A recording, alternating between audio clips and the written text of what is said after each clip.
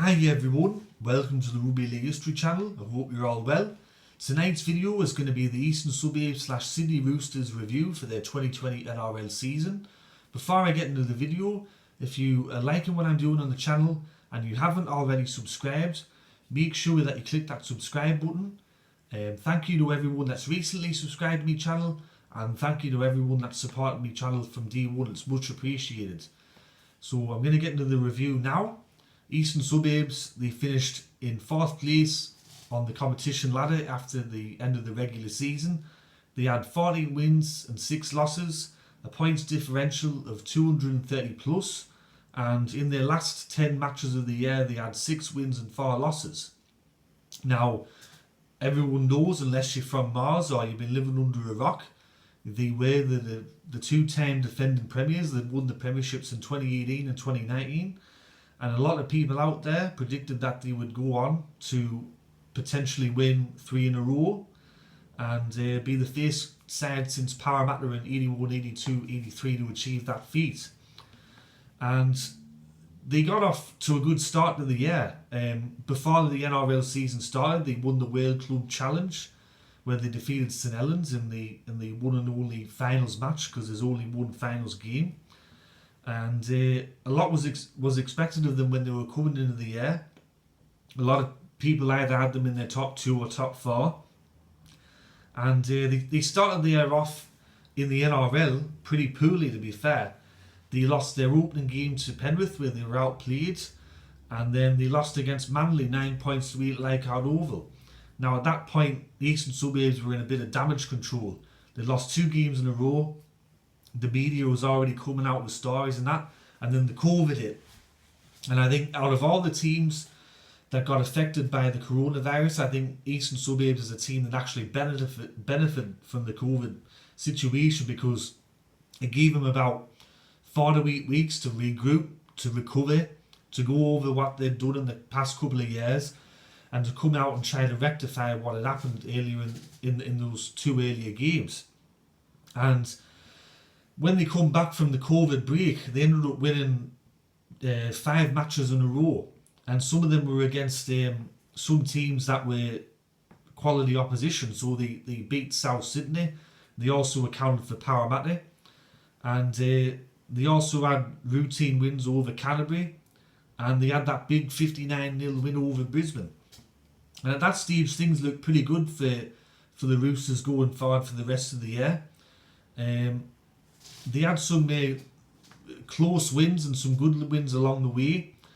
I definitely think that's one of the you can see the warning signs for what's happened in the last couple of weeks happened when they lost 24 points to 6 against an understrength Melbourne side at the Sydney Cricket Ground. A lot of people didn't see that coming. Another big moment of the year early on, and a lot of people have probably forgotten this now, but they lost 2 of their premiership winning players in the same match. So at Bankwest Stadium, they won 24 points to 10 over Parramatta, but they lost Victor Radley and they lost Sam Verrills, both of the same injury, out for the year, and they weren't going to come back. So massive blow right then and there. And then along the way, Eastern Suburbs, they had injuries to Mitchell Orbison for one. They also had injuries to a couple of other key players. Boyd Cordner was out, Jake Fenn was out. And then towards the back end of the year, there was, well, it's still probably going on now, and it's probably just finished, thankfully for some people out there that are sick and tired of hearing of it. The old Sonny Bill Williams thing, the whole thing about him coming from England, where I am, to Australia due to the Toronto situation, signing, you can see, like a guest contract with Eastern Suburbs to play the remainder of the year, which would have been about 10 games in total, and there was a lot of talk about that. And then also there was talk about how he was going to perform, how he was going to go, not having played in the NRL since 2014. And then towards the back end of the year, Eastern Suburbs had some very good results. They easily beat West Tigers in Brisbane. They beat Canberra 18 points to 6. They thrashed Newcastle 42-12. and then they beat Cronulla 34-18. And at that stage, everyone kind of went, they're hitting their form at the right time. You can see they're going to go into the finals. They're going to play Melbourne in the first week, and then what happened in the final round of the year, round 20, I think it's probably one of the biggest moments of the year, not just for Eastern Suburbs, but the entire year. It's turned the competition on its head, and that's the fact that South Sydney beat Eastern Suburbs 60 points to 8 at ENZ. It was Eastern Suburbs' biggest ever loss against South in their history. Not only that, I remember before the actual game started, nobody really gave South much of a chance, and I was listening to it on the radio, and then I went back and I watched the game itself, and everyone went for the Roosters. Nobody tipped South, and nobody expected this result. And as a result, Eastern Suburbs finished 4th to win the regular season, and South ended up getting the home final, and Parramatta jumped in the 3rd and ended up playing Melbourne. So it completely changed the competition then and there, and it's changed the final series as a result. Now going into the actual finals matches, there was going to be a response expected of Eastern Suburbs going into that match against Penrith, and once again the defence let them down, and that poor start let them down early, because they were about 28 points to 10 or 28 points to 12 down against Penrith, and then they started playing in that match and they nearly stole the game towards the end. Penrith put the cue in the rack and they lost that match 29 points to 28, but some people have said that if the game went for maybe 5 to 10 minutes longer, East would have won. And then just today we had Canberra defeat Eastern Suburbs in the grand final rematch number 2, you can see, for the year.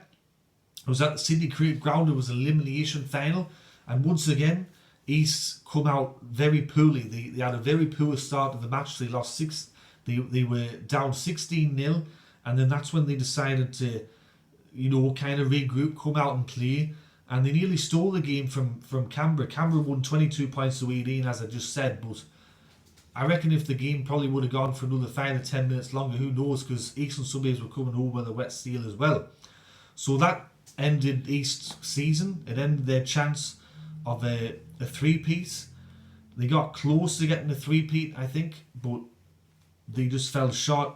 And I think maybe on another day, another occasion, maybe if they could go back and play that game against Canberra again, I'm pretty sure they'd play it quite differently. Now going to some of their players for the season, I definitely see just straight off the bat that James Tedesco was probably one of their best players. I think nearly everyone that played for Eastern Suburbs Sydney Roosters had a good season. Not too many of the players had a bad year. I think Kyle Flanagan, he went missing in the finals. He had a great regular season, but when it came to the finals, he went missing. But going through some of the stats here, Kyle Flanagan finishes the top point scorer, 192 points. Almost finished the top point scorer of the year, but because of that 60 points to 8 loss, Adam Reynolds from South took over. Brett Morris finished as a top try scorer with 12 tries. I think he ages like a bottle of wine. He gets better with age. The top try assist was Luke Carey. He got 18 try assists for the year, and James Tedesco was behind that with 15. The runs was James Tedesco. The run meters was James Tedesco, 4,143. He run nearly 1,000 metres more than Takiaho. I'm not going to see his full name, just Takiaho. Line breaks, Brett Morris. Offloads, James Tedesco. Tackle bust, James Tedesco. Tackles, Jake Friend, and that's kind of a bit of an amazing stat considering that Jake Friend was injured. He still made about 200 more tackles than anyone else in the side. Line break assist was James Tedesco. I definitely see that, as I said earlier, the whole team had a good year. I think all the East players, they backed up each other, they played quite well. I think the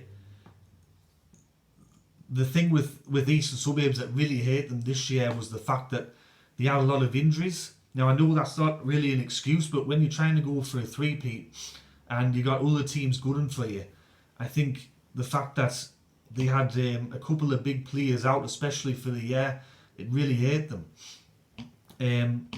I think one thing I noticed about Eastern Suburbs is they were going along really nicely, and then that game against South, I think, just totally ruined their confidence. It totally ruined their momentum. It just changed the way that they played, and it changed the psyche of the team, because in the last two games that they played, they just haven't recovered, and I think their defence has kind of gone out the window as well in those last couple of matches. After the South game, the defence was something that we haven't seen from the Roosters in years gone by. They're generally quite a good defensive side, and they were leaking a lot of points in those last 3 or 4 matches. Would I see that the season for Eastern Suburbs has been a success? Yes, I would. I'd see that, given what's happened to them, and given the injuries that they've had, and the fact that they've already won 2 premierships in a row and so much was expected of them this year, I'd see it's a success. I definitely see that if you're a Eastern Suburbs Sydney Roosters fan out there, that you should feel proud of your club. You should feel proud of their efforts this year. Now, going into my crystal ball for next year, I definitely see that they'll be up there again next year, possibly top 4. I think they'll learn a lot from the last few matches. They'll learn a lot from the final series this year. I'm pretty sure that they'll be working on their defence, and they'll be looking to rebuild their confidence in the early rounds of next year, because, to be honest, losing a match like that in 60 points a week would damage anyone's confidence, and there's no getting around that. Now, if I was to go into some of the highlights of the year, I definitely see the 2 wins over Brisbane. Even though Brisbane come last, I think some of the tries and the way that Eastern Suburbs played in that game was really, really good. I think also some of their wins over other opposition, where they were expected to win, but they just come out and they totally blew that opposition away and really put a statement on the other team, was very good to behold and to watch. I think their 42 points to 12 win over Newcastle was also very impressive. Obviously, the low light of the year, I've already mentioned it about 5 or 6 times, is the 60 points to 8 loss against South.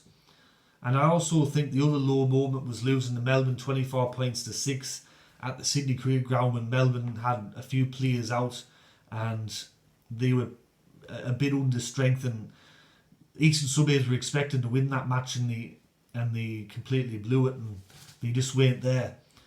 But I definitely think for next year, if you're a Sydney Roosters Eastern Suburbs fan, that you'll be hopeful that they'll be up there again. They'll be challenging for the premiership. I'm sure that they'll be buying a couple of new players in the off season, and they'll be doing some recruitment. They'll be doing some wheeling and dealing. So I'm pretty sure this isn't the last that you've seen of Eastern Suburbs, and I'm sure they'll be back next year bigger and better than ever. So anyways, everyone, that's my review for the Sydney Roosters Eastern Suburbs season review for 2020. I hope you enjoyed it. Click that like button and click the subscribe button. Share the video and let me know in the comment section below, what do you think of the Eastern Suburbs side this year? How do you think that they went? Do you think that they lived up to the expectation, or do you think that their season was a bit of a disappointment? Let me know. Anyways, everyone, I'm going to get out of here, and I'll catch us all later in the next video. Alright, ta-ra.